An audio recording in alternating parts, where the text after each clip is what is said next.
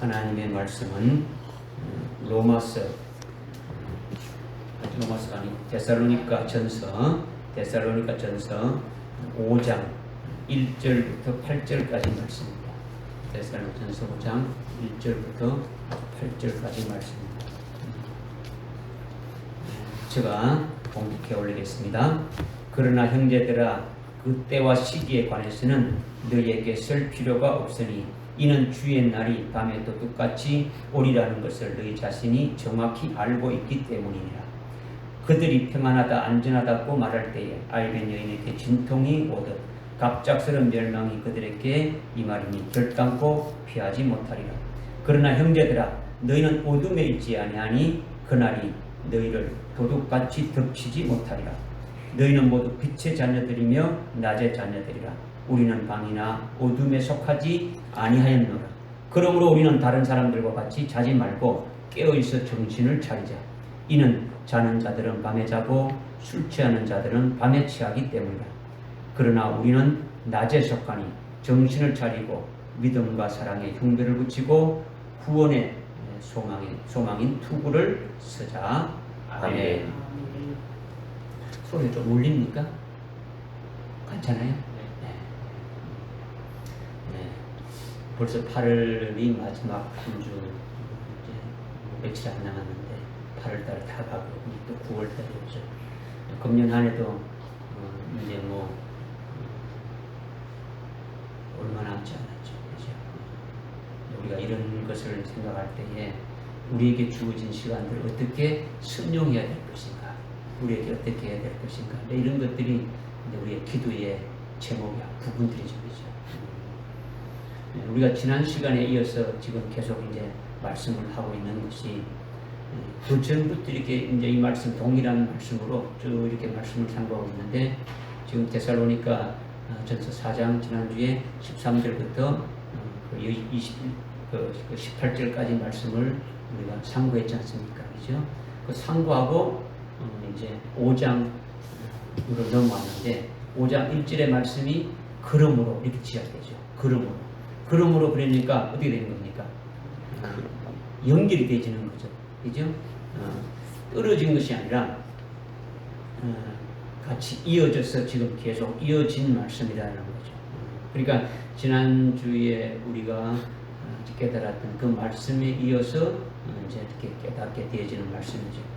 그런데 오늘 그 말씀의 제목이 뭡니까? 형제들아죠. 형제들아.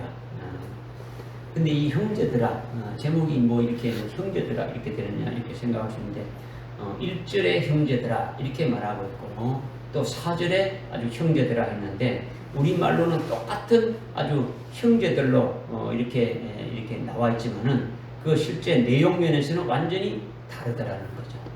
1절에서 말하는 형제들이 어떤 형제들이고 4절에서 말하는 형제들은 어떤 형제들이냐, 그 내용에 보게 되면 완전히 다르다는 거죠. 1절의 형제들에게는 그때와 시기에 대해서는 너희에게 쓸 필요가 없다, 말할 필요가 없다라는 거예요. 왜냐? 2절에 보니까 이는 주의 날이 밤에 도둑같이 온다는 것을 너희들이 자신이 정확하게 알고 있지 않느냐, 너희들은 주님이 밤에 도둑같이 온다고 이렇게 하고 있지 않느냐라는 거죠. 그러니까 3절에 너희들은 아주 평안하다고 안전하다고 그렇게 말하지만은 아이벤 여인에게 아주 진통이 이렇게 갑자기 오듯이 아주 너희에게 아주 멸망이 그렇게 아주 갑자기 오니까 결단코 피하지 못한다. 아주 멸망할 수뿐이 없다라는 것을 이제 말씀하고 있고, 4절의 형제들은 어떻습니까? 너희는 어둠에 속하지 않는 아주 빛에 속한 자들이고 낮에 아주 속한 자들이다. 그러니까 주의 날이 갑자기 도둑같이 이렇게 덮치지 못한다. 그러니까 주의 날이 갑자기 도둑같이 못한다는 겁니까? 주님을 어느 것을 맞이할 수 있는 자들이 되어진다. 이것을 이제 말씀하고 있죠. 그러니까 완전히 그 1절의 형제들과 4절 이하의 형제들은 또 다른 것임을 이렇게 말씀하고 있는 거죠. 그러니까 지금 이렇게 1절에 보니까 1절의 형제들은 주의 날이 밤에 아주 도둑같이 오게 되고 멸망의 갑작스레 그들에게 아주 임하게 되는 것에 해당되는 형제들이다라는 거예요. 영적으로 아주 어둠에 속한 자들이죠. 밤에 속한 자들이라는 거죠. 그러니까 이들에게는 그 때와 시기에 대해서는 쓸 필요가 없다. 너희들에게는 이미 때와 시기에 대해서는 쓸 필요가 없더라는 거죠. 즉 주의 날이 밤에 도둑같이 이렇게 오리라는 것을 너희 자신이 정확하고 알고 있기 때문에 그 때에 대해서 그 시기에 대해서는 이미 그렇게 많이 말해 줬는데도 너희들이 듣지 않고 아주 주님이 오시는 것은 밤에 도둑같이 온다고 그렇게 너희들이 알고 있지 않느냐. 지금 이렇게 지금 사도 바울이 지금 말하고 있는 거죠. 오늘날 그리스도인들에게 주님의 재림에 대해서 물으면 뭐 99.9%는 어떻게 대답합니까? 주님이 오시는 것은 도둑같이 온다. 언제 온지 모른다. 뭐 이렇게 말한단 말이에요. 그러니까 결국 스스로 뭡니까? 나는 어둠에 속한 자다. 나는 아주 밤에 속한 자다라고 시인하는 거예요. 근데 여기 4절 이하에 말씀하고 있는 형제들은 그들께 결단코 주님이 오는 날이 도둑같이 임하지 아니한다. 주님이 오지 않는다는 거죠. 그건 어떻게 해서 그렇게 되는가를 우리가 이제 깨닫고 우리도 그렇게 되기를 바라기 위해서 그렇게 우리에게 오늘 말씀을 주시는 거죠. 이제 말씀을 주시는 거예요. 지난주에 우리가 4장 13절부터 이렇게 18절까지 말씀을 우리가 참고했는데 주님이 재림하실 때에 무슨 일이 먼저 있다고 했습니까? 주님이 재림하실 때에 뭐가 먼저 있다고 했습니까?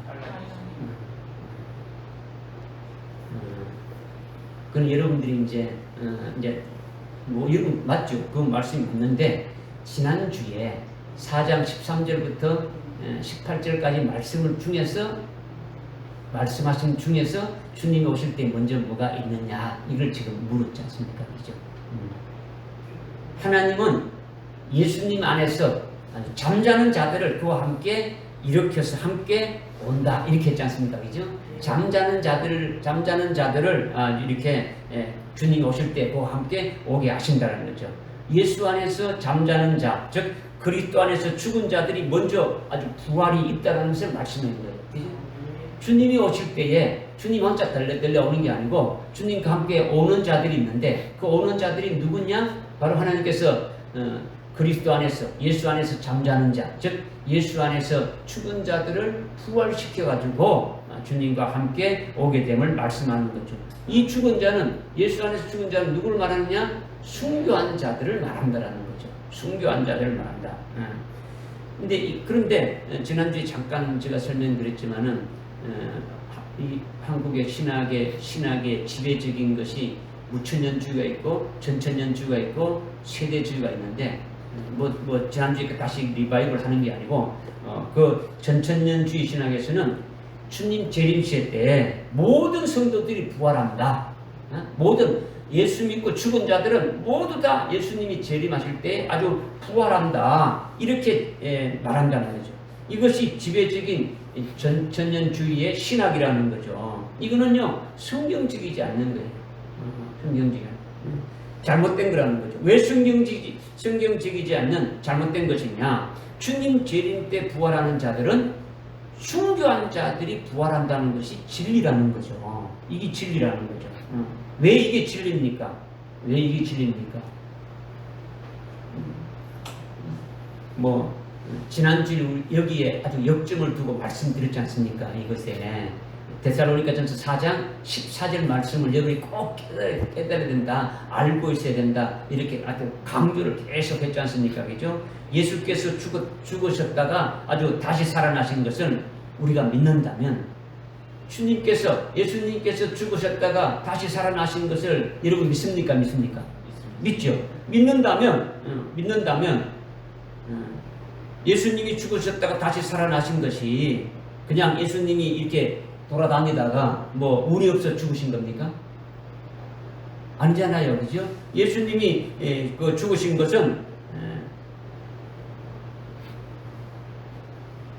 악한 자들에게 붙잡혀서 죽임을 당한 거더라는 거죠. 예수님이 붙잡혀서 죽임을 당한 거예요. 그러면서 예수님이 죽으셨다가 다시 살아나신 것을 우리가 믿는다면 하고 뒤에 이어지는 게 뭐라 했습니까? 그와 같이. 그죠? 그와 같이 했죠. 그죠? 그와 같이 했는데 그와 같이가 뭐라 했습니까? 예수님과 같이 죽임 당하는 것을 말씀하는 거죠. 그죠? 예수님이 그렇게 죽임 당하는 것과 같이 이걸 말하는 거죠. 그와 같이 하나님께서는 예수님 안에서 아주 잠든 자들도 그와 함께 데리고 오신다. 이걸 말씀하죠. 그런데 그게 예수 안에서 죽은 자, 예수 안에서라고 번역이 됐는데 그 예수 안이라는 그 안에서라는 것이 헬라어로 디아라고 했죠. 그죠? 디아라. 영어로는 because of Jesus Christ, 그죠? On account of Jesus Christ. 이렇게 되는 거죠. 그죠? 그러니까 예수님 때문에 잠든 자들이라는 거죠. 예수님 때문에 죽임을 당한 자들은 뭐 잠든 자들이라고 이렇게 이제 말씀 14절에서 그렇게 말씀하고 16절에서는 죽은 예수님 안에서 그리스도 안에서 죽은 자들이라고 이렇게 또 말하고 있죠. 똑같은 말이죠. 그죠? 그러니까 예수님 때문에 예수님 같이 죽은 자는 어떻게 죽었다는 겁니까? 예수님 때문에 예수님 같이 죽은 자는 어떻게 죽었다고요? 그렇죠. 그죠? 아주 예수를 증거하는 것 때문에 예수님의 그 오심을 이렇게 증거하고 예수님을 증거하는 것 때문에 죽임을 당한 거죠. 그죠? 예수님 믿는 것 때문에 그 예수를 믿는 것 때문에 죽임을 당한 거예요. 그냥 죽은 게 아니라 죽임을 당하게 되어진 거죠. 이렇게 예수 안에서라는 그 헬라어 원문이 디아라는 것을 몰라도 관계없어요. 영어가 어떻게 했다는 것 몰라도 관계없어요. 몰라도 14절에서 4장 14절의 그 문맥을 아주 이렇게 딱 이렇게 깨달으면은 이 쉽게 풀리는 거예요. 그죠? 예수께서 아주 죽으셨다가 다시 살아나신 것을 우리가 믿는다면 우리가 믿는데 아주 그와 같이 했으니까 예수님 같이 아주 붙잡혀서 죽임을 당하는 거예요. 진리를 증거하는 것 때문에 하나님을 증거하는 것 때문에 붙잡혀서 죽임을 당한다는 거죠. 순교의 제물이 되어진다라는 것이죠. 그죠? 그러니까 하나님은 예수님 안에서 잠든 자들을 그와 함께 데리고 오시리라. 예수님 때문에 죽은 자들을 그리스도와 함께 데리고 온다라는 거죠. 믿어지십니까? 그러니까 죽은 모든 성도들이 주님이 재림할 때 다 이렇게 부활하는 것이 아니다라는 것을 알 수가 있는 거죠. 그러니까 여기서 순교자가 부활하는 것이 딱 나오는 거예요. 이미 14절에서 4장 14절에서 그 문맥을 보게 되면은 아주 모든 성도들이 죽는 자들이 아니고 아주 예수님 같이 죽임을 당한 아주 숭배한 자들이라는 걸 알 수 있더라는 거죠. 그 다음에 요한계시록에서는 더 자세하게 우리에게 말씀해 주고 있지 않습니까? 그죠?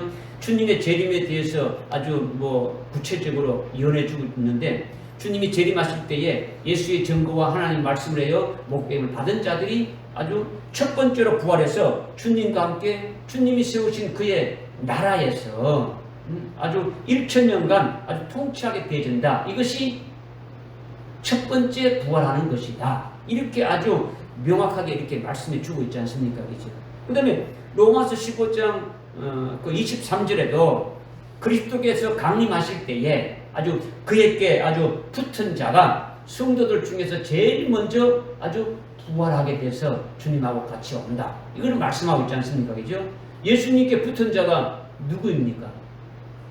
예수님이 재림할 때 그에게 붙은 자는 예수를 믿는 모든 자를 말하는 게 아니지 않습니까? 그죠? 아니에요. 그죠? 예수님이 재림할 때 붙은 자는 이미 요한계시록 19장에서 자세하게 우리에게 말씀해 주고 있지 않습니까? 희고 정결한 세마포 옷을 입은 자들이 재림하신 주님을 따라오고 주님과 함께 공중으로 이렇게 내려오고 있지 않습니까? 그죠? 그러니까 19장에서 그렇게 흰 세마포 입은 자를 누구로 했습니까? 19장에서 어린 양의 아내 그리스도의 신부다 이렇게 19장 7절 8절에서 말씀하고 있지 않습니까? 그죠? 그러니까 계시록에서 흰옷은 누구에게 입혀주는 옷입니까? 순교한 자들에게 입혀주는 거죠. 그러니까 흰세마포 입은 신부는 순교해서 아주 부활한 자들이다. 주님 재림 시에 아주 첫 번째로 부활한 자들이다 라는 것을 말씀하고 있는 거예요. 그러니까 요한계시록 14장, 요한계시록이 아니고 데살로니가전서 4장 14절에 예수께서 죽으셨다가 다시 살아나신 것을 우리가 믿는다면 예수님이 대속제물로 우리를 위해서 붙잡혀서 죽임 당하신 것을 우리가 아멘하고 믿는다면 아주 그와 똑같이 하나님께서는 예수님 때문에 순교한 자들을 아주 부활시켜서 그와 함께 아주 데리고 오신다. 이것을 말씀한 거예요. 그러니까 14절 말씀만 정확하게 깨달으면 틀림없이 진리 안에 있게 된다는 거죠. 이것이 진리라는 거죠. 그런데 이제 미혹하는 그와 같은 것들이 많이 있죠. 아까 제가 예를 들어서 전천년주의 이렇게 하나 예를 들었는데 하나님의 말씀을 믿지 아니하고 예수님이 죽으신 것 같이 예수 믿다가 죽은 모든 자들을 아주 예수님이 재림할 때 부활시켜서 그들을 데리고 온다. 이렇게 인간의 어떤 이성으로 생각해 버린다라는 거죠. 그렇게 말한다는 거죠. 여러분도 성령에 의하지 않고 이렇게 그냥 생각 없이 읽어버리면은 인간적인 어떤 생각에 들어가가지고 무천년주의자들이 말하는 것과 똑같은 것이 되어지는 거죠. 그거는요 마귀에 의한 마귀의 죽이는 역사죠. 아주 변개된 말씀이라는 거죠. 그러니까 이거는 무시무시한 거예요. 왜 무시무시한 겁니까? 영혼을 죽이는 것이고 첫째 부활의 영광을 가려버리는 거죠. 우리로 하여금 첫째 부활의 영광을 받지 못하게 한다는 거죠. 그죠? 그래서 우리가 지금 그 5장에서 그러나 형제들아 그 때와 시기에 관해서는 너희에게 알 필요가 없다. 너희에게 쓸 필요가 없다. 이렇게 말하고 있지 않습니까? 그죠? 너희에게 쓸 필요가 없다라는 것은 이미 뭡니까? 4장에서 이미 다 말했다라는 거예요. 4장에서 다 말했다라는 거죠. 주님의 재림과 주님 재림 때에 믿음으로 끝까지 주의 말씀을 믿고 있다가 그것 때문에 그 예수 믿는 것 때문에 아주 순교하는 자들은 주님 재림 때에 아주 부활한다라는 거예요. 부활한다. 이거를 이미 다 1장부터 4장까지 하면서 다 말씀을 했다라는 거죠. 그러니까 말씀했으니까 더 이상 너희들에게는 말할 것이 없다라는 거죠. 쓸 필요가 없다라는 거죠. 그리고 나머지 아주 순교하지 않고 나머지 신실한 자들, 살아있는 신실한 자들은 아주 휴구를 통해서 주님이 아주 공중으로 재림하실 때에 주님을 공중에서 아주 영접한다라는 거예요. 그러니까 나머지 신실한 자들은 아주 휴구를 통해 가지고 주님을 만나게 된다. 이것을 4장 16절, 17절에서 쭉 이어서 또 말씀하고 있지 않습니까? 그죠? 육체 그대로 휴구하는 자들은 부활하는 겁니까? 부활하지 않는 겁니까? 부활하지 않는 거죠. 그렇죠? 육체로 그대로 아주 올라가는 거예요. 그죠? 주님이 재림할 때에 함께 오는 자들이 아니라는 거죠. 휴가하는 자들은 주님이 재림할 때에 함께 와서 그리스도의 신부가 되는 자들이 아니라는 거죠. 이들은요 어린 양의 혼인잔치에 아주 하객과 같은 자격으로 참여하는 거예요. 참여하는 거죠. 주님을 아주 구름 속에서 아주 영접하고 어린 양의 그 혼인식에 아주 신부의 들러리로 참여하는 거예요. 그러니까 휴가한 자들은 어린 양의 혼인식의 주인공이 아니라 아주 신랑으로 재림하시는 그 주님이 주인공이고 그의 신부된 자들이 주인공인데 여기에 들지 아니한다라는 거죠. 누가? 휴가한 자들은. 육체 그대로 휴가한 자들은 그렇다라는 거죠. 그러니까 주님 재림시 그때까지 살아남은 자, 즉 육체 그대로 휴가한 자들은 순교해서 아주 부활해서 부활체로 주님과 함께 오는 아주 그와 같은 자들은 뭐가 된다 했습니까? 그리스도의 신부가 된다 했지 않습니까? 그죠? 그리스도의 신부가 되기 때문에 이들보다도 결단코 앞서지 못한다. 그렇게 4장에서 쭉 이렇게 말씀하셨더라는 거예요. 그러니까 주님이 재림하실 때에 아주 어떻게 되어질 것인가를 4장에서 뿐만 아니라 아주 예수님이 말씀하신 예수님이 쭉 말씀하셨는데 그것을 다른 사도를 통해서도 이미 다 너희들이 들었지 않느냐. 사도 바울만 아니고 다른 사도들을 통해서 너희들이 다 듣고 있지 않느냐라는 거죠. 그러니까 때와 시기에 관해서는 너희에게 쓸 필요가 없다라는 거죠. 너무너무 많이 들었다. 너희들이 너무너무 많이 들었으니까 내가 여기 구체적으로 또 다시 쓸 필요가 없다. 지금 그렇게 말하고 있는 거죠. 누구에게 하는 말입니까? 어떤 형제들에게? 어둠에 속한 형제들이고 밤에 속한 형제들이라는 거죠. 그죠? 데살로니가 후서 2장 5절, 이거 한 장 넘기면 데살로니가 나왔죠. 그죠? 데살로니가 후서 2장 5절에 보니까 이런 말이 있죠. 2장 5절 보니까 사도 바울이 내가 너희와 함께 있었을 때에 너희에게 이 일에 대하여 말한 것을 기억하지 못하느냐. 이 일에 대해서 말한 것이 뭐냐. 꼭 2장 1절에 보니까 데살로니가 후서 2장 1절에 보니까 형제들아 우리 주 예수 그리스도의 오심과 그 앞에 우리가 함께 모이는 일에 관하여 이제 너희에게 강구한다면서 주님의 재림에 대해서 쭉 말했다라는 거예요. 주님의 재림에 대해서 말했다는 거죠. 그죠? 이것을 너희들이 어떻게 합니까? 지금 내가 했던 것, 내가 너희들 함께 있을 때 주님의 재림에 대해서 주님 재림 때 또 있게 될 일들에 대해서 쭉 이야기했지 않느냐? 이것을 너희들이 기억하지 않느냐? 이걸 지금 말하고 있는 거죠. 그죠? 그러니까 계속 말씀을 다 했다라는 거예요. 이렇게 많이 주님의 재림과 주님 재림 때 있게 될 그 일들, 즉 주님 재림 때에 아주 순교한 자들이 아주 부활해서 아주 그리스도의 신부가 되어서 재림하신 주님을 아주 신랑으로 맞이한다. 아주 형제들은 이렇게 이런 것들을 많이 들었다는 겁니까? 듣지 못했다는 겁니까? 너희들이 많이 들었지 않느냐? 기억하고 있지 않느냐라는 거죠.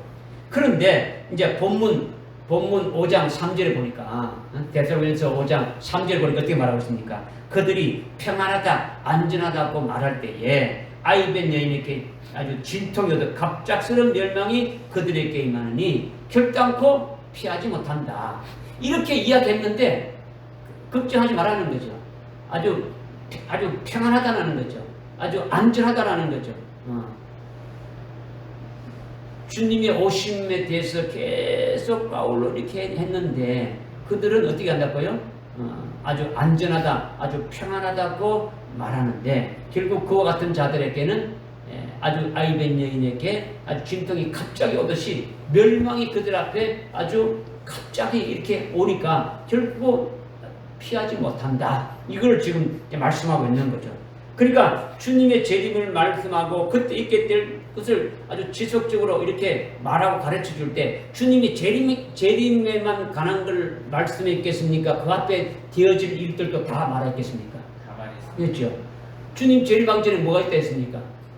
환란. 환란이 있죠. 그러니까 환란이 있는 것까지 다 말해준 거예요. 말해줬단 말이에요. 그죠? 그러니까 환란 전에 있게 될 일들을 당연히 다 가르쳐 준 거예요. 그래서 재림 전에 환란이 있고 아주 적그리스도가 나타난다. 그래서 데살로니가 후서 2장에 관한 게 뭡니까? 2장이 전부 다 또 적그리스도가 나타난다고 지금 말하고 있지 않습니까? 4절에 보니까 막 아주 거룩한 곳에 아주 불법의 아들이 멸망의 아들이 나타나가지고 내가 하나님이다 하고 하면서 쭉 이렇게 말씀하고 있지 않습니까? 그죠? 이렇게 이미 다 말씀하고 강조했더라는 거예요. 죄의 사람, 불법의 사람인 적그리스도가 나타나게 되는데 적그리스도가 등장하게 되면 아주 많은 사람들을 아주 미혹하게 된다. 그 적그리스도가 바로 뭐라고요? 내가 평화의 사도다라는 거죠. 평화의 사도다. 내가 구원자다. 사람들을 미혹해 하니까 사람들이 그를 보고 아주 평화의 사도로 아주 구세주로 이렇게 생각하게 만든다라는 거죠. 그래서 예수 믿는 자들의 그 신앙의 정죄를 아주 버려버리고 적그리스도에게 넘어가게 만든다는 거죠. 배도하게 만든다는 거죠. 이것을 다 가르쳐 주었다는 거죠. 이것을 다 말해 주었다는 거죠. 그러니까 이 형제들은 어둠에 있는 자들이니까 그렇게 말씀을 증거하고 가르쳐 주고 이렇게 했는데도 믿는다는 겁니까? 믿지 않는다는 겁니까? 믿지 않는다는 거죠. 말씀 안에 있지 않는다는 거죠. 그러니까 그들은 어둠에 있으니까 음료에게 전부 다 됩니까? 미혹되지는 거죠. 음료에게 아주. 적그리스도에게 아주 경배하면서 아주 그가 주는 표를 받고 그 표를 가지고 있으면은 먹고 사는데 지장이 없다는 거죠. 그 표만 있으면 출세하는데 지장이 없다라는 거죠. 그러니까 그들이 어떻게 말한다는 겁니까? 5장 3절에 보니까 평안하다, 안전하다는 거죠. 그것만 있으면 우리는 아무 염려가 없다라는 거예요. 아무 염려가 없다. 뭘 걱정하느냐라는 거죠. 그러니까 실제로 환란이니까 적그리스도가 등장하게 되면 실제로 환란이지 않습니까? 그죠? 환란인데 평안이 있습니까? 없습니까? 평안이 없는 거예요. 적그리스도가 나타난 그것은 바로 환란을 의미한다는 거죠. 왜 환란입니까? 예수 믿는 것을 버리게 한다는 거죠. 하나님께만 경배해 드려야 되는데 그것을 아주 묵살시켜 버리고 적그리스도를 경배하라는 거예요. 그러니까 믿음이 있는 사람들에게는 이것이 영적인 환란이죠. 그러니까 환란에서 평안이 있습니까? 없습니까? 안전합니까? 안 합니까? 뭐 없는 거죠. 평안도 없고 안전도 없는 거죠. 적그리스도를 끝까지 부정하게 되면은 아주 목배임을 당하게 되는 거죠. 그런데 이들은 안전하다, 평안하다고 생각하는 거죠. 왜냐? 적그리스도와 아주 협력해가지고 그의 형상에게 절을 하고 그가 주는 표를 받게 되면은 평안하고 안전하다는 거죠. 그렇게 좋은 것이 어디 있느냐는 거죠. 모든 것이 다 그분이 다 해주니까 우리는 걱정할 것이 없더라는 거죠. 이것을 주는 아주 짐승표 666표를 받으면은 아무 문제가 없는데 왜 이걸 안 받으려고 하느냐 이렇게 하는 거죠. 이것을 지금 1절, 2절, 3절에서 쭉 지금 말씀하고 있는 거죠. 그런데 오늘날 교회가 이렇게 앞으로 바로 되어질 요한계시록의 그 예언의 말씀에 대해서 심각하게 아주 생각하고 거기에 대처하는 믿음을 가지고 있느냐. 이런 것이 이 교회들이 깨어서 참 주님이 말씀하신 요한계시록의 예언의 말씀을 잘 아주 깨달으면서 심각하게 아주 생각하고 아주 거기에 대해서 어떤 믿음으로 가져야 될 것이냐 이런 것이 없더라는 거예요. 영적으로 다 잠자고 있고 왜 잠자는 겁니까? 밤에 속했으니까 어둠에 속했으니까 잠을 자는 거예요. 영적인 잠을 자고 있는 거죠. 아주 이런 자들이 어떤 자들이라는 겁니까? 데살로니가후서 1장에 해당 데살로니가 전서 5장 1절, 2절, 3절에 해당되는 형제들이다라는 거죠. 믿어지십니까? 네.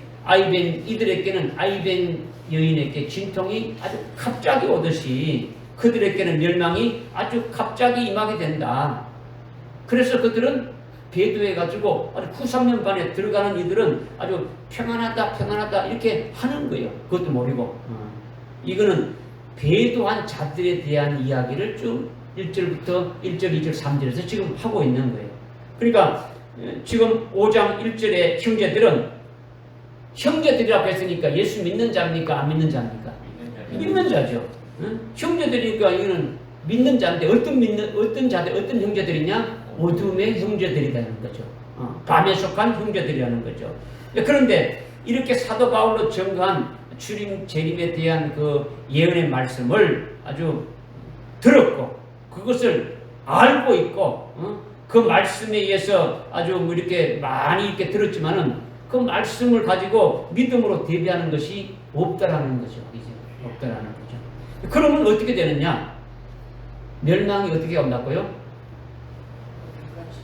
도둑같이 갑자기 임하게 된다. 갑자기 임하게 되니까 어떻게 된다고요? 그 다음에 피하지 못한다. 이렇게 지금 말씀하고 있는 거죠. 그들에게는 아주 멸망이 아주 이렇게 딱 이렇게 아주 갑자기 닥쳐오니까 어디 피할 수 없는 거예요.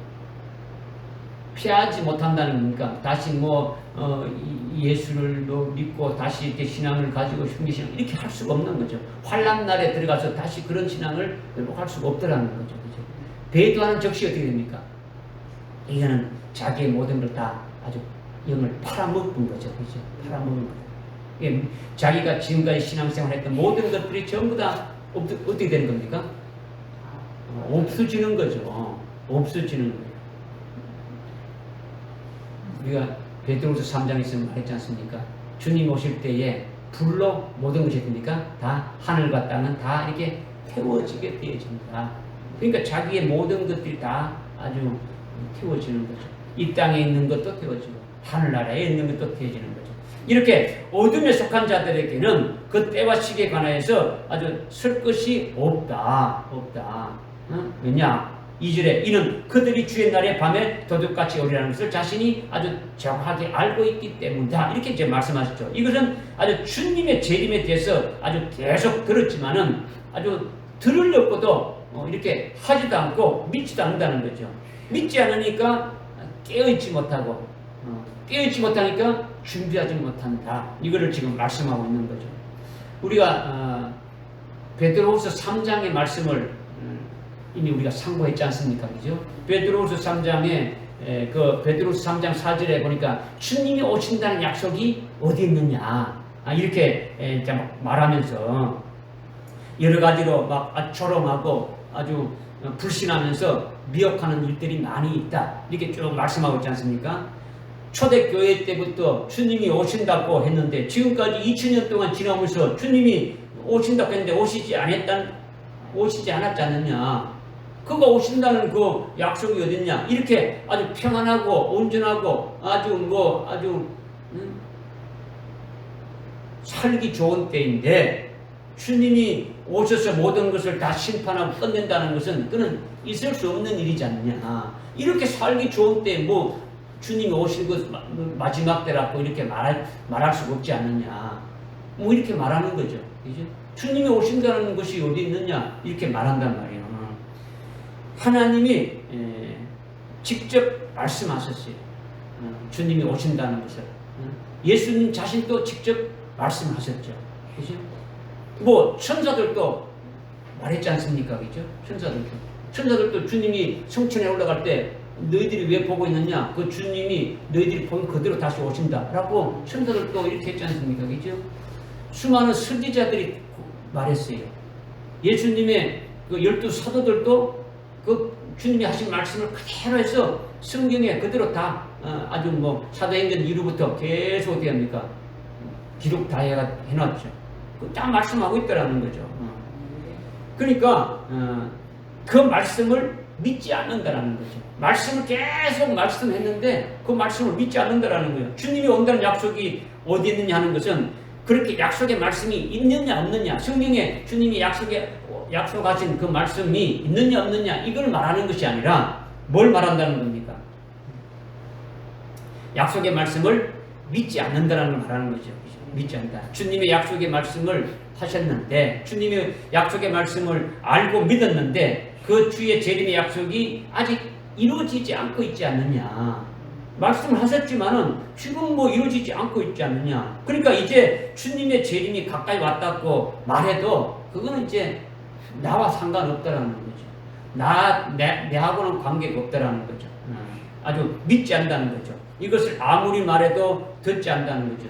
주님의 재림은 있겠지만은 성경에 뭐 주님 재림 하신다 했으니까 주님 재림은 하시겠지만은 그거는 나와는 상관없다라는 거죠. 나와는 먼 훗날에 있게 될 일이지 그 지금 뭐 당장 있게 될 일은 아니다라는 거죠.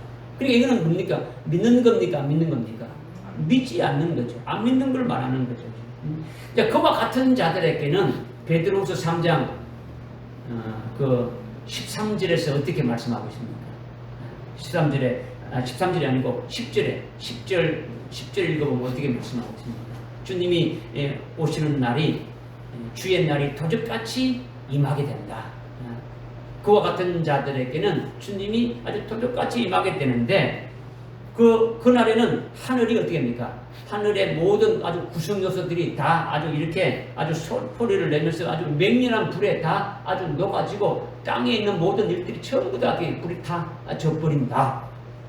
아주 그렇게 말씀하고 있지 않습니까? 그죠? 하늘과 땅에 있는 모든 것들이 왜 불타버리는 겁니까? 왜 불타진다고 했습니까? 이미 우리는 이 말씀 참고했잖아요. 그죠? 그 앞에 7절에 보니까 현재 있는 하늘과 땅은 아주 주님이 오신다고 약속하신 그 동일한 그 말씀, 주님이 오신다고 말씀하신 그 동일한 말씀으로 불사르기로 간수에 두었더라는 거죠.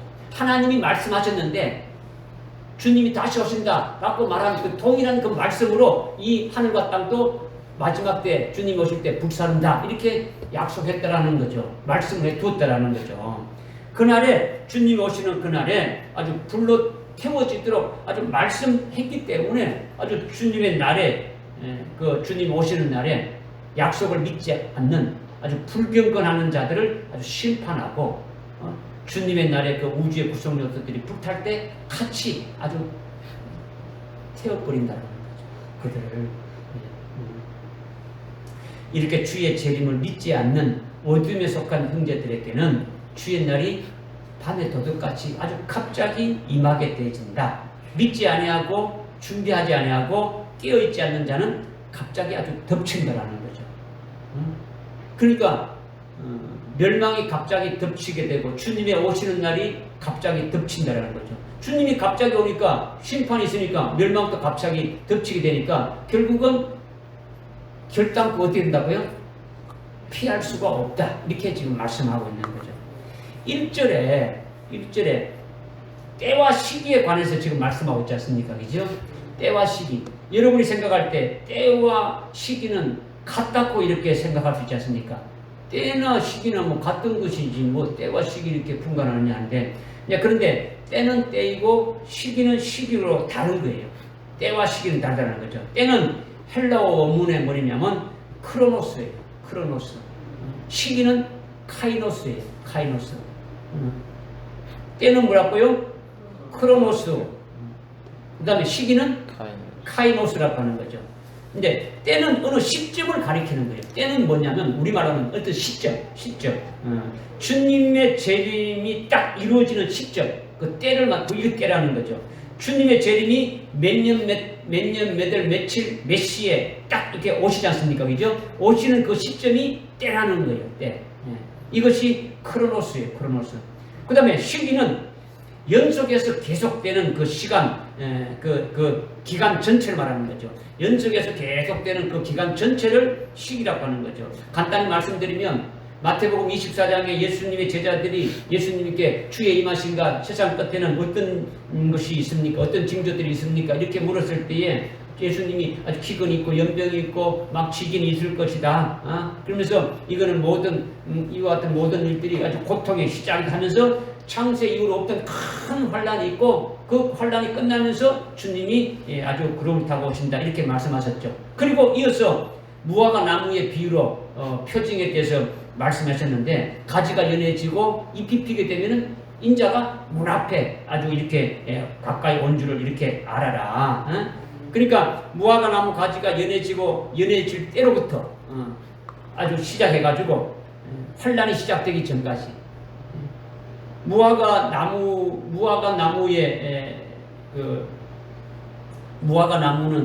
뭘 나타내는 겁니까?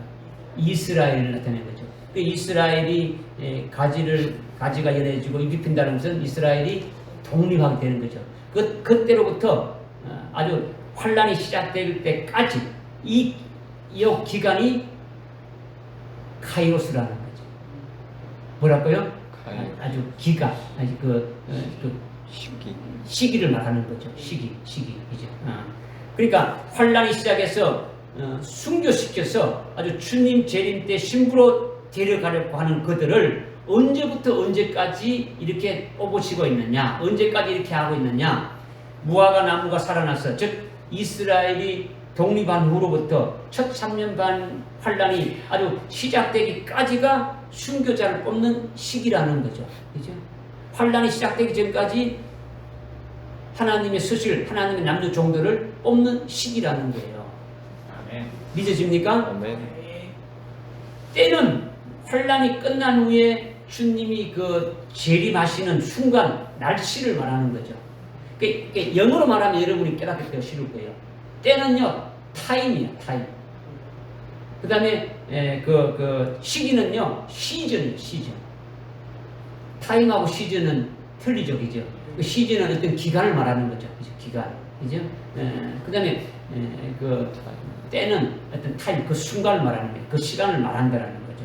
이와 같이 데살로니가전서 5장 1절부터 3절의 말씀은 어둠에 속한 자들에게는 때와 시기를 다 알려줄 필요가 없다라는 거죠. 이미 주님의 그 때가, 그 재림의 때가 있음에 대해서 대비해가지고 주의 재림의 때가 있음을 이렇게 알고 지금 그 순교자의 수를 지금 뽑으시는 때라는 거죠. 그 시기라는 거죠. 순교자의 수를 지금 뽑으시고 또 그리고 지금 순교자의 그 수를 채우는 뿐만 아니고 또 그 마지막 날에 하나님께서 쓰실 남녀 종들을 세우시는 그와 같은 시기라는 거죠. 그죠? 이것을 그냥 뭉개뿌리는 거죠. 알긴 아는데 안 믿는 거죠. 누가? 5장 1절부터 3절에 해당되는 어둠에 속한 형제들이라는 거죠. 이 어둠에 속한 형제들은 오늘날로 말하면 뭡니까? 하나님의 종들과 성도들이 그렇다라는 거죠.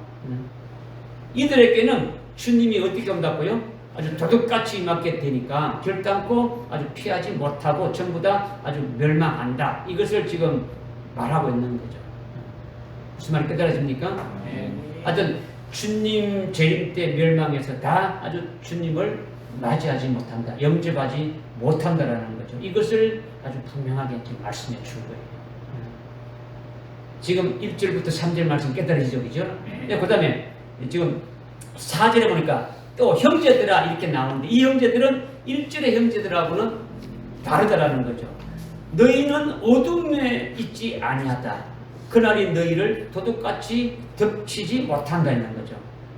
5장 1절의 형제들은 2절의 주의 날이 어떻게 됐습니까? 밤에 도둑같이 오고 멸망이 갑작스레 임하는 형제들이라는 거죠. 그런데 4절의 형제들은 뭡니까? 주의 날이 아주 임하지 않는, 도둑같이 임하지 않는 형제들이라는 거죠. 그죠?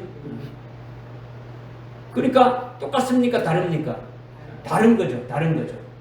그래서 5절에 보니까 너희는 모두 빛의 자녀들이며 낮의 자녀들이라. 우리는 밤이나 어둠에 속하지 아니하고 6절에 그러므로 우리는 다른 사람들과 같이 자지 말고 깨어있어 정신을 차리자. 이렇게 지금 말하고 있는 거예요. 그러니까 지금 4절, 5절, 6절의 핵심이 뭡니까? 4절, 5절, 6절의 핵심이 뭡니까? 깨어있으라. 깨어있으라는 것도 하나의 어떤 보조적인 측면인데 여기서 말하는 것은 빛의 자녀들이고 낮의 자녀들이라는 거죠. 4절의 형제들은 어떤 자녀들이라고요? 빛의 자녀들이다. 낮의 자녀들이라는 거죠. 4절의 자녀들은 그죠? 빛의 자녀가 뭐고 낮의 자녀가 뭡니까? 빛과 낮이 같습니까? 틀립니까?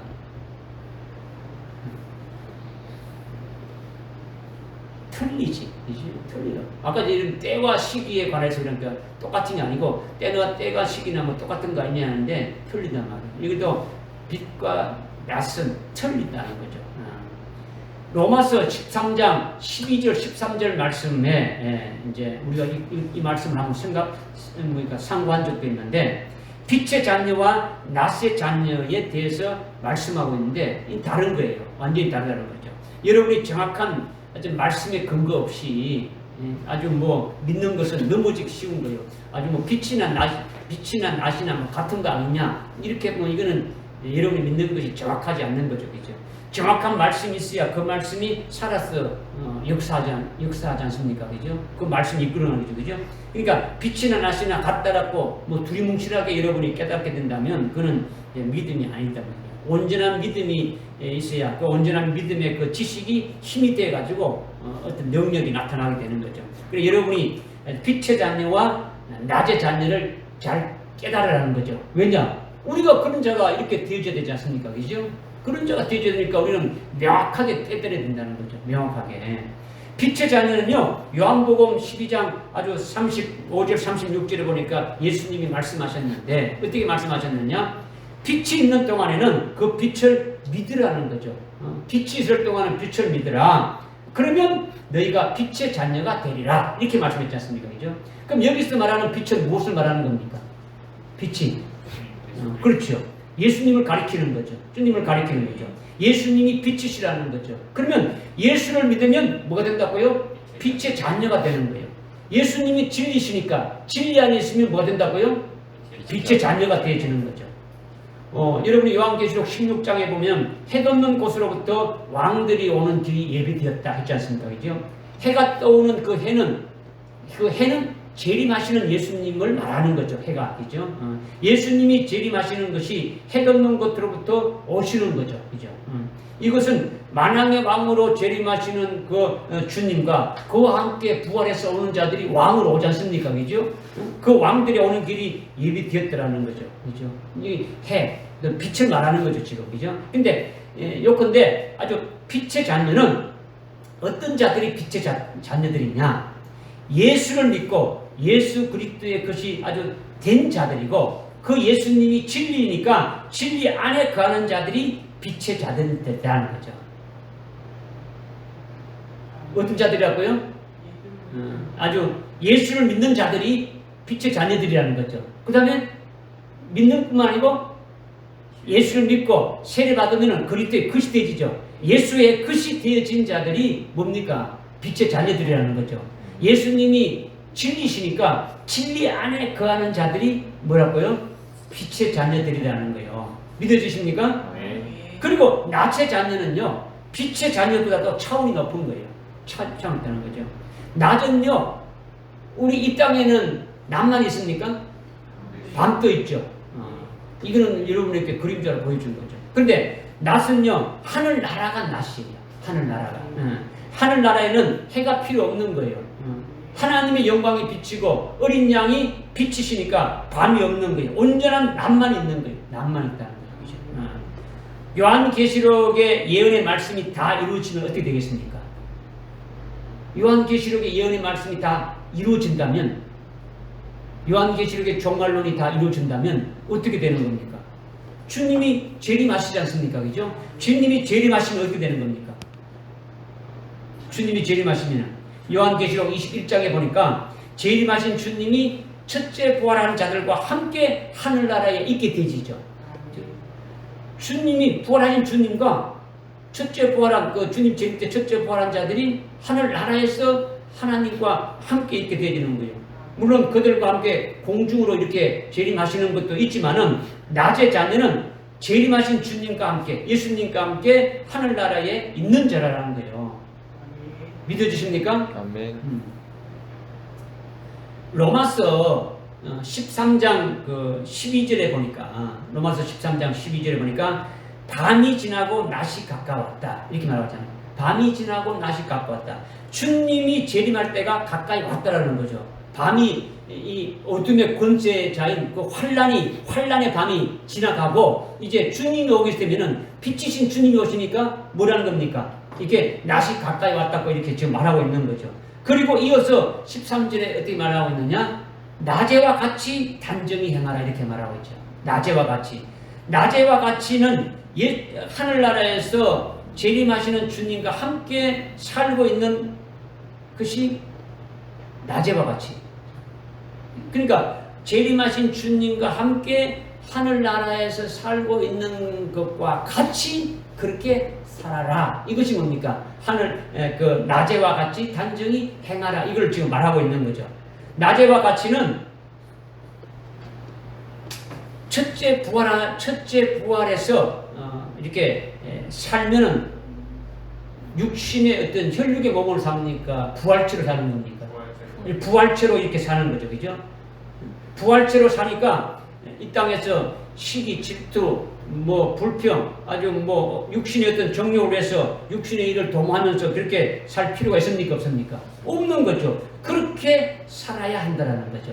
낮에와 같이 단정히 행하라는 것은 주님이 재림하시면은 첫째 부활하는 자들이 주님과 함께 하늘나라에서 이렇게 살게 되어지는데 그때 살게 되어지는 자들은 부활체로 이렇게 살게 되어지니까 부활체로 사는 자들은 시기하고 질투하고 원망하고 아주 육신의 어떤 일을 위해서 도모하면서 그렇게 아주 살아가는 것이 아니다라는 거죠. 그러니까 그렇게 살아가는 자들이 되어야 된다는 거죠. 이렇게 주님이 재림하시면 그것이 바로 뭐가 된다는 겁니까? 낮이 되어진다는 거죠. 낮이라는 거죠. 그분이 하늘나라에 계시는데 그분과 함께하는 낮에 있는 자들은 누구를 말합니까? 낮이신 낮이신 그분과 함께 하늘나라에 이렇게 거하게 되는 자는 누굴 말하는 겁니까? 그렇죠. 아주 순교해서 아주 부활한 자들이 그와 함께 있게 된다는 거죠.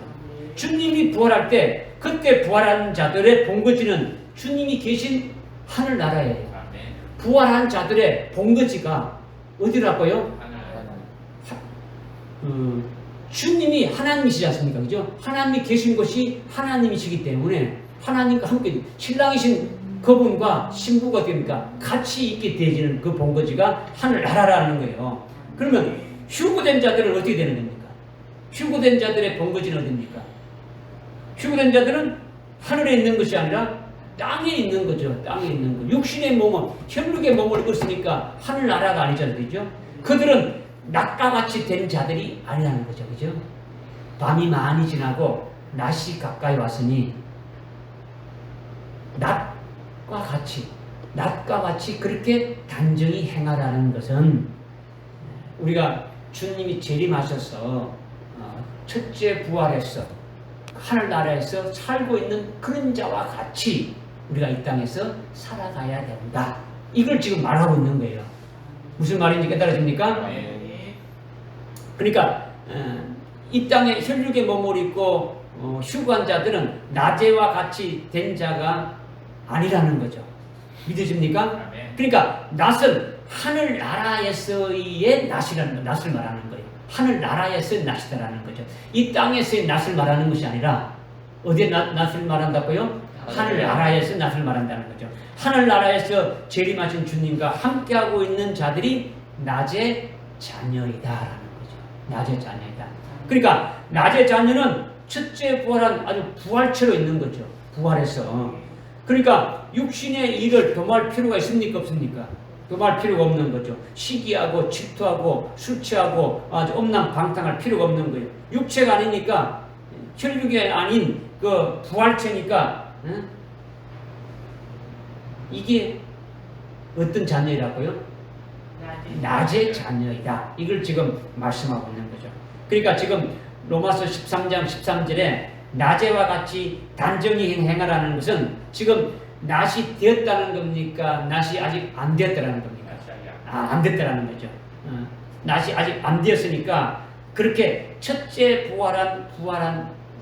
부활해서 부활체로서 하늘나라에서 주님과 함께 사는 자처럼 그렇게 아주 믿음의 실상으로 땡겨서 이 땅에서 그렇게 살아가야 된다. 이걸 말하고 있는 거죠.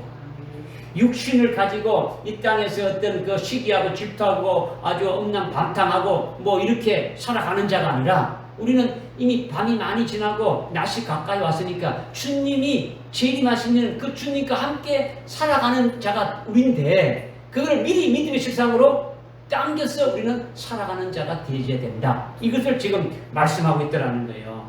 깨달아집니까? 그러니까 낮의 자녀가 이것을 지금 말하는데 이거는 빛의 자녀들보다도 한 단계 됩니까? 더 차원이 아주 높은 걸 지금 말하고 있다는 거죠. 빛의 자녀는 오늘날 예수를 믿고 아주 예수 그리스도의 것이 되어서 예수 안에 있는 자를 말하는 거죠. 한마디로 말한다면 진리 안에 있는 자가 빛의 자녀라는 거예요. 빛의 자녀. 그러면 낮의 자녀는 뭐라고요? 낮의 자녀는? 하늘에서 재림하신 주님과 함께 있는 자족이죠. 아주 그들이 누구를 말하는 겁니까? 그렇죠. 휴거한 성도를 말하는 게 아니에요. 배도한 성도는 음부로 갔으니까 그들은 더더욱 아니죠. 그죠? 이들은 순교해서 주님 재림 때 부활한 자들이 재림하신 주님과 함께 나신 그 하늘나라에서 사는 자들이라는 거죠. 이들은 천년왕국인 이 땅에 통치하고 다스릴 때에 그들의 본부가 어디에 있는 겁니까? 그렇죠. 그렇죠. 이 땅이 아니다라는 거지. 부활한 자들은 본거지가 어디라고요? 하늘나라단 말이에요. 그런데 그들이 지금 이 땅에 왕으로 통치할 때에 주님이 세우신 천년왕국에 통치할 때에 그들의 본부가 이 땅에 있는 것이 아니다는 거죠. 요한계시록 21장에 말씀하고 있는 하늘나라의 거룩한 도성 새 예루살렘이 바로 그거라는 거예요. 그러는 거죠. 부활하면 본거지가 하늘나라에 있고 이 땅에 있는 천년왕국에도 어떻게 합니까? 아주 순식간에 왔다 갔다 하면서 통치를 하는 거예요. 예? 부활체는요, 수백억 광년을 아주 뭐 생각보다 더 빠르게, 아주 눈 깜빡할 사이에도 뭐가 더 빠르게 움직인다는 거예요. 그러니까 부활하게 되면 그 부활체니까 아주 상상할 수 없을 정도로 아주 뭐 모든 것이 초월하게 되는 거죠. 이 땅은 역사 세계예요. 그죠? 하늘나라는 초월 세계예요. 초월 세계. 그러니까 주님이 부활했을 때 시공간은 어떻게 했습니까? 그냥 초월했단 말이에요. 그죠? 앞에 장애물이 필요 없단 말이에요. 그죠? 시간상으로, 장소상으로 아무 거기가 끊을 게 없는 거예요. 왔다 갔다 하는 거예요. 근데 시간이 걸리는 것도 알다라는 거죠. 그죠? 그러니까 부활이 얼마나 좋습니까? 그죠? 첫째 부활한 사람의 주소지가 이 땅이 되는 겁니까? 아니면 하늘나라입니까? 하늘나라죠. 이 땅이 된다 그러면 뭐 휴거에서 이 땅에 사는 백성들이나 뭐 별거 없지 않습니까? 그죠? 뭐 똑같은 짓이 되는 거죠. 그것이 아니더라는 거죠. 부활한 자들은 하늘나라가 본거지라는 거죠. 예수님이 이 땅에서 왕노릇하게 되면은 땅이 예수님의 본거지가 아니더라는 거죠. 예수님이 하나님이시니까 하나님 보좌 우편에 하나님 계신 곳이 않습니까? 그죠? 주님이 계신 거예요. 그죠?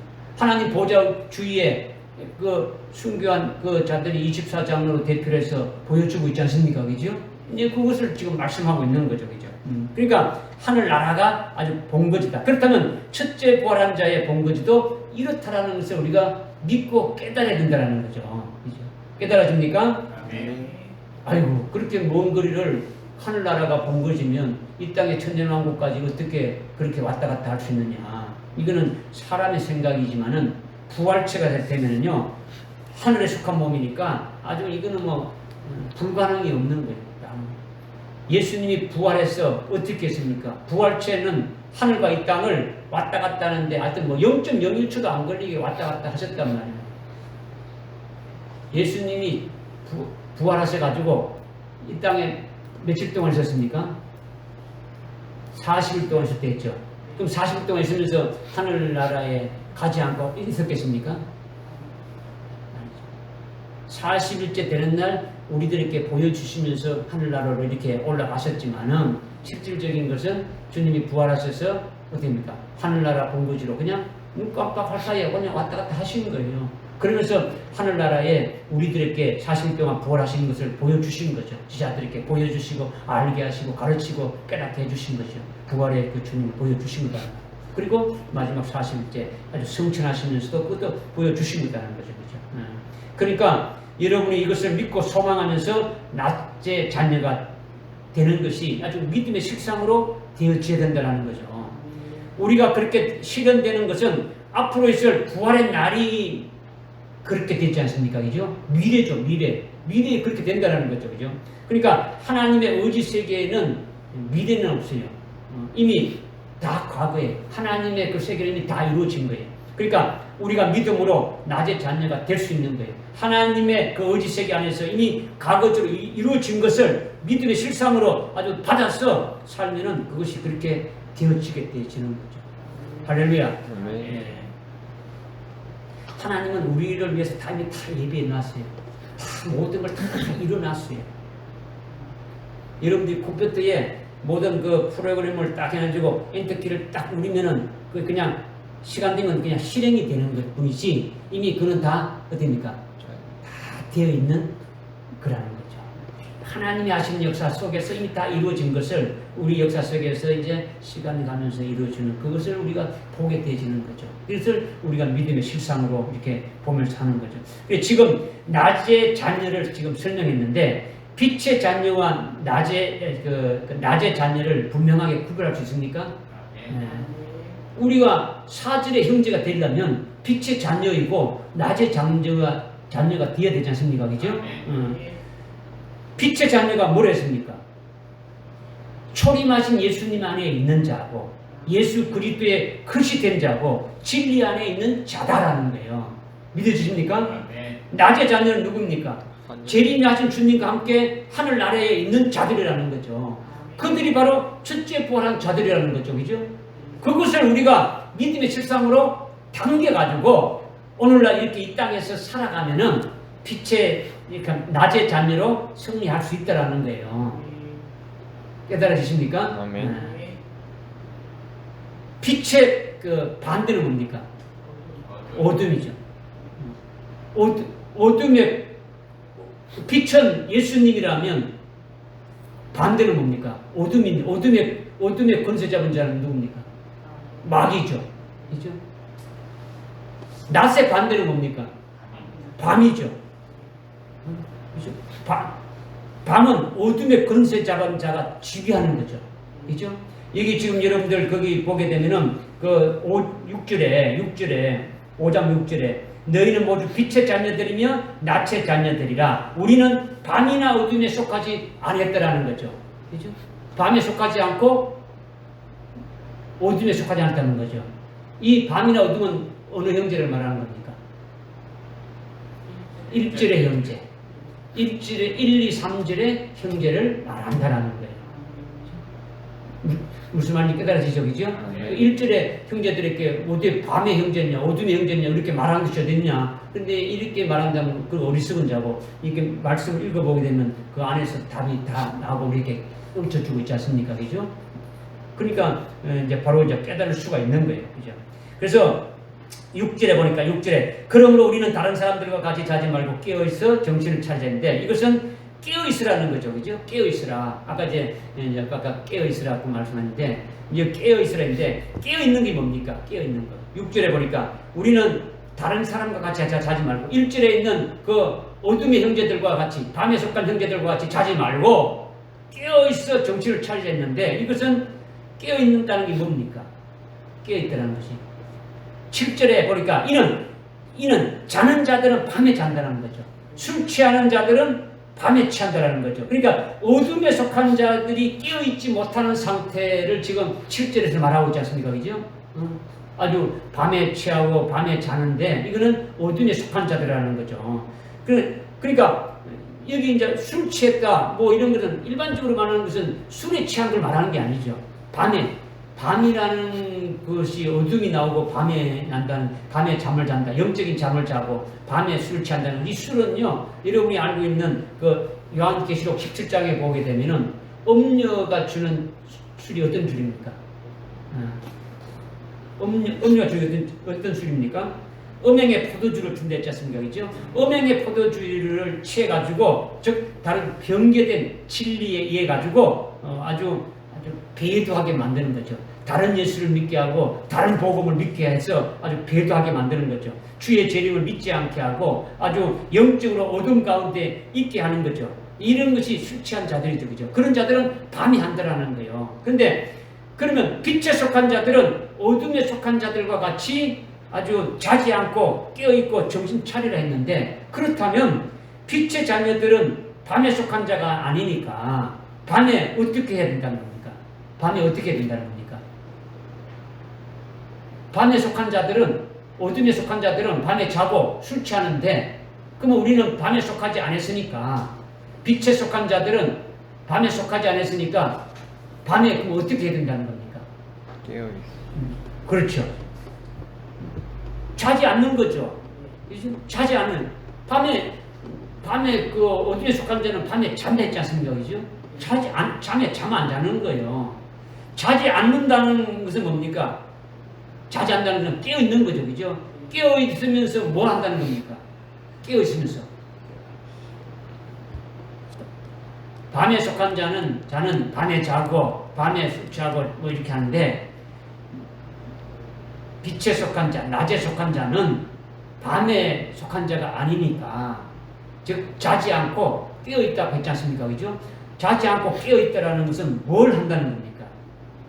이들에 대해서 말씀하고 있는 것은요, 마태복음 24장 그 43절 이하에 이렇게 쭉 비유로 말씀하고 있는 것이, 만약에 도둑이 자기 집에 어떤 물건을 훔치려 온다는 것을 이렇게 알고 있으면, 어느 시간에 올 것인지 이렇게 알고 있다면 아주 도둑을 잡으려고 아주 준비하고 끼어서 기다리고 있지 않겠느냐. 그죠?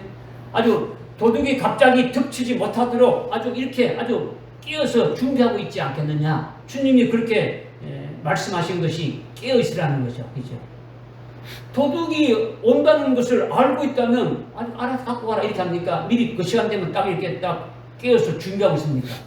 깨어서 준비하고 있는 거죠. 주님이 오실 때를 그렇게 안다면 시기와 그 때와 시기를 이렇게 알고 있다면 깨어서 아주 준비하고 있으라는 거죠. 그죠? 깨어 있으라는 거. 자지 않고. 그러면은 우리가 그렇게 깨어 있다는 상태가 되면 어떻게 되냐? 그렇게 깨어 있는 상태가 되려면 어떻게 해야 되는 겁니까? 도둑이 어느 시간에 올 것인지 알았다면 잠을 자지 않고 아주 도둑 맞지 않게 지키는 그것이 깨어 있는 상태라고 했듯이 이와 같이 주님이 재림하시는 것에 대해서 우리들에게 아주 무화과 나무의 비유를 이렇게 말씀하고 성경 여러 곳에서 아주 이렇게 때와 시기에 대해서 말씀하시니까 이 때를 분별하고 아주 깨어 있어야 된다는 거 아닙니까? 그죠? 이렇게 깨어 있는 것이 우리가 어떤 영적 상태가 되어져야 되느냐 이걸 지금 묻는 거예요. 이걸 어떤 상태가 되어야 되느냐?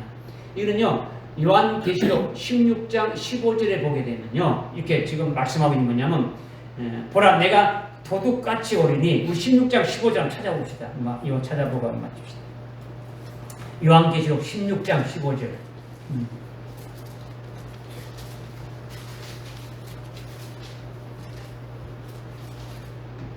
16장 15절에 보니까 보라 내가 도둑같이 오리니 깨어있어 자기 곳을 지켜서 벗은 채로 다니지 아니하고 사람들이 자기 수치를 보이지 않는 자는 아주 복이 있다. 이렇게 지금 말씀하고 있죠. 이거는요 지금 12절부터 보면 답이 나오죠.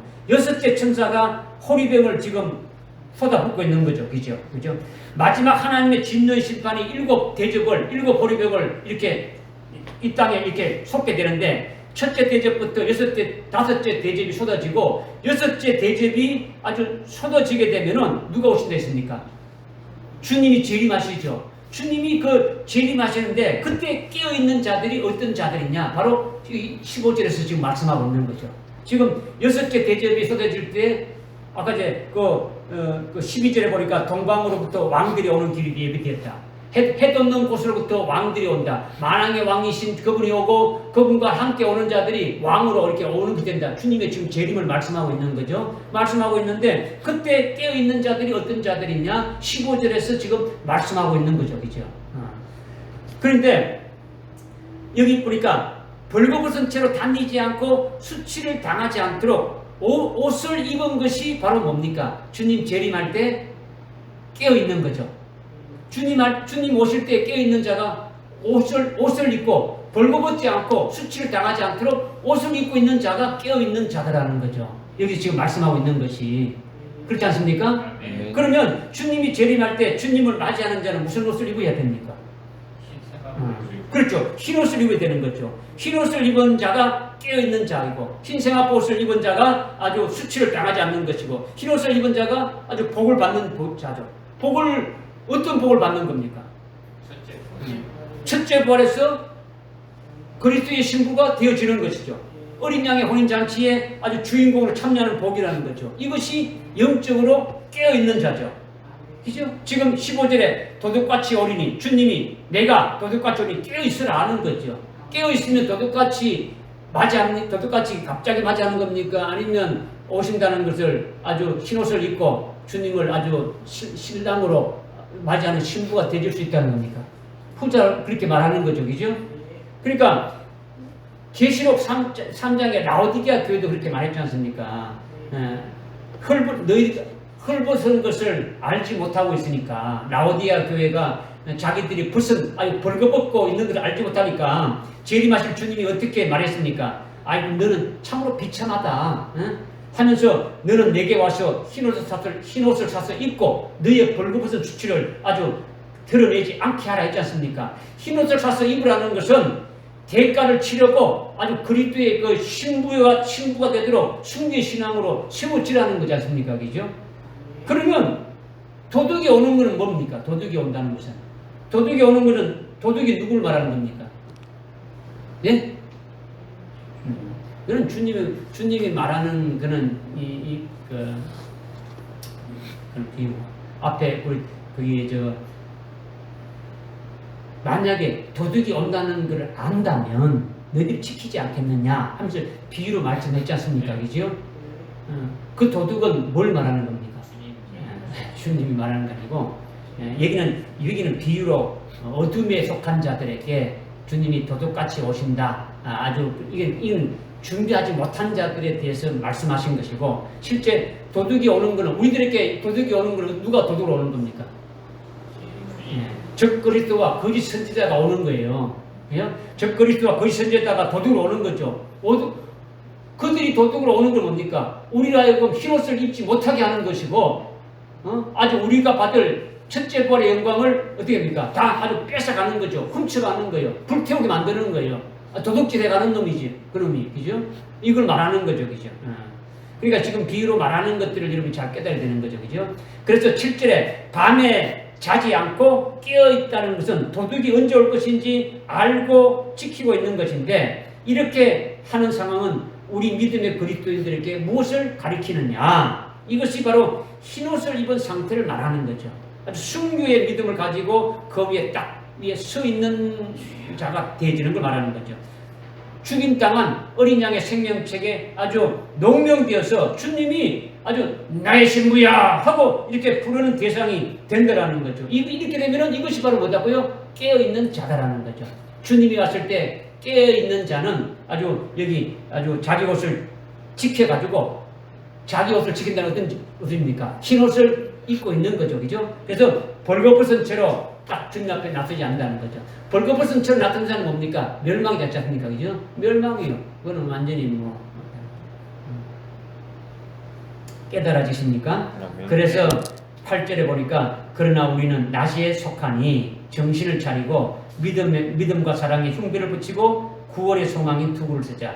이거는요, 주님이 재림하신 주님과 함께 하늘나라에서 영생할 것을 믿고 믿음의 실상으로 미리 받아서 살고 있으면 이 8절의 말씀과 같이 이루어지는 거예요. 이것이 낮에 속한 것이 되어지는 거죠. 그리고 믿음, 사랑, 소망으로 완전 무장하는 거죠. 믿음으로, 그 다음에 사랑으로, 소망으로 하는데, 여기 보니까 믿음과 사랑에 뭘 붙이고 흉배를 붙이고, 그 다음에 구원의 소망을 어떻게 하다고요? 투구를 쓰자는 거죠. 할렐루야. 아멘. 말씀을 다 여러분들께 아주